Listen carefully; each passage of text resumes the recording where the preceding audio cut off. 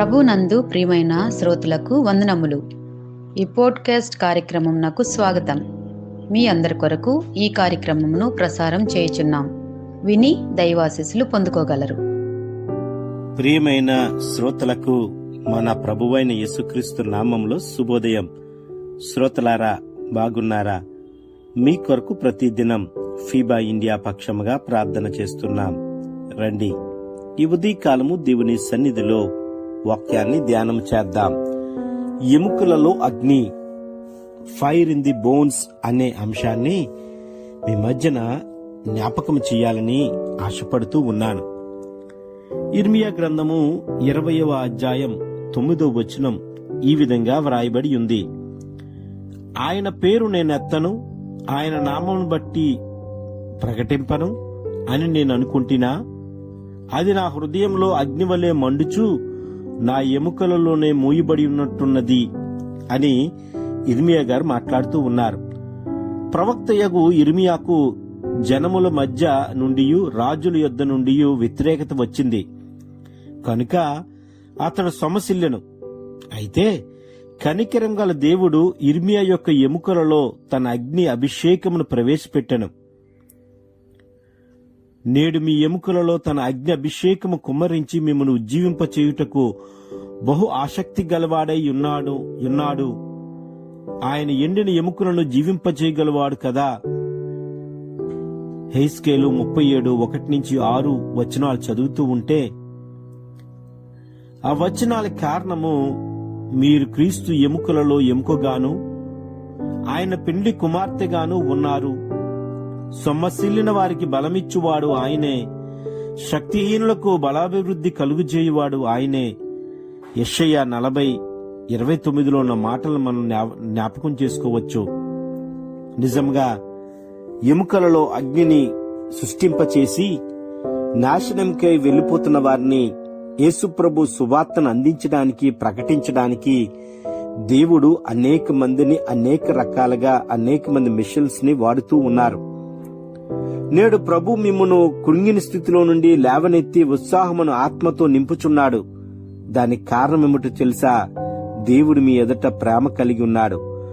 ఒకప్పుడు దావీదు సొమ్మసిల్లి ఇట్లనెను, నేను ఏమియూ మాట్లాడక మౌనునై క్షేమమును గూర్చినైనను పలుకక నేను మౌనముగా నుంటిని. అయినను నా విచారము అధికమాయెను, నా గుండె నాలో మండుచుండెను. నేను ధ్యానించుచుండ మంట పుట్టెను. అప్పుడు నేను ఈ మాట నోరారా పలికితిని అని సంకీర్తన 39:2-3లో దావీదు మహారాజు గారు మాట్లాడుతూ ఉన్నారు. ప్రవక్త అయిన ఏలియా రాణియగు ఎబెజేలు బెదిరమునకు భయపడి ఇట్లనెను, ఇంత మట్టుకు చాలును, నా ప్రాణము తీసుకొనుమని దేవుని ఎదుట ఏలియా గారు మనవి చేసుకున్నారు. 1వ రాజుల గ్రంథము 19:4లో ఈ మాట మనం చూడవచ్చు. ఏలియా యొక్క కృంగుదలను తొలగించు నిమిత్తము మొదట పెనుగాలిని, తరువాత భూకంపమును, మెరుపును కలుగజేసెను. అయినను దేవుడు ప్రత్యక్షము కాలేదు. మెరుపు ఆగిపోగా మిక్కి నిమ్మలముగా మాట్లాడు ఒక స్వరము నాకు వినబడినని 1వ రాజుల గ్రంథము 19:12లో ఈ మాటలు మనం చూడవచ్చును. అవునండి, మెల్లని స్వరముతో దేవుడు మాట్లాడుచున్నాడు. ఆయన స్వరము మన ఎండిన ఎముకలను జీవింపచేయును. ఎటువంటి పరిస్థితుల్లోనైనా దేవుని వాక్యం విన్నప్పుడు దేవుడు మనలో విశ్వాసాన్ని పురుగొల్పుతాడు. విశ్వాసముతో మనము మన స్థితి నుంచి లేవనెత్తడానికి దేవుడు సహాయం చేయడానికి సిద్ధపడి ఉన్నాడు. ఎండిన ఎముకలను జీవింపచేయువాడు యేసు ప్రభువే అని నీవు నేను తెలుసుకుంటే, కష్టమైన నష్టమైన ఎటువంటి పరిస్థితుల్లోనైనా సొమ్మసిల్లకుండా ఎముకలు దేవుని అగ్ని దిగు స్థలముగా మన దేహములో దేవుడు ఉంచడానికి సిద్ధపడుతూ ఉన్నాడు. ఇర్మియా మాట్లాడనని చెప్పెను, అంతలో అగ్ని ఆయన మీదకు దిగెను. దావీదు మౌనంగా పాటించుండగా అగ్ని అతని మీదకు దిగెను. అతను నోరోరా పలికెను, ఆత్మీయగు అగ్నిని కోరుకుంటుంది. ప్రియమైన వారలారా, పరిశుద్ధాత్మ అగ్ని మన మీదకు వచ్చినప్పుడు మనము ఎండిన స్థితిలో ఉన్నా, ఎండిపోయి దిగజారిపోయే స్థితిలోకి వెళ్ళిపోయినా, పాపపు రంప స్థితిలోకి ఉండిపోయినా దేవుడు మనల్ని లేవనెత్తడానికి సిద్ధంగా ఉన్నాడు. మనలో దేవుడు అగ్ని దిగు స్థలముగా మన హృదయాలు ఉంచుకోవాలని దేవుడు కోరుతున్నాడు. ఒప్పుకుందామా? ఎముకలలో అగ్నిని పుట్టించువాడు యేసు ప్రభువే. ఆ అగ్ని మన హృదయం మీదకి రావాలంటే నీ మనసు, నా మనసు దేవునికి ఇవ్వవలసిన ఆవశ్యకత ఉందని దేవుని వాక్యం తెలియజేస్తుంది. అందుకే లూకాసు వార్త 12:49 ఉన్న మాట, నేను భూమి మీద అగ్ని వచ్చి తిని ఇది వరకే రగులుకొని మండవల్లని ఎంతో కోరుచున్నాను.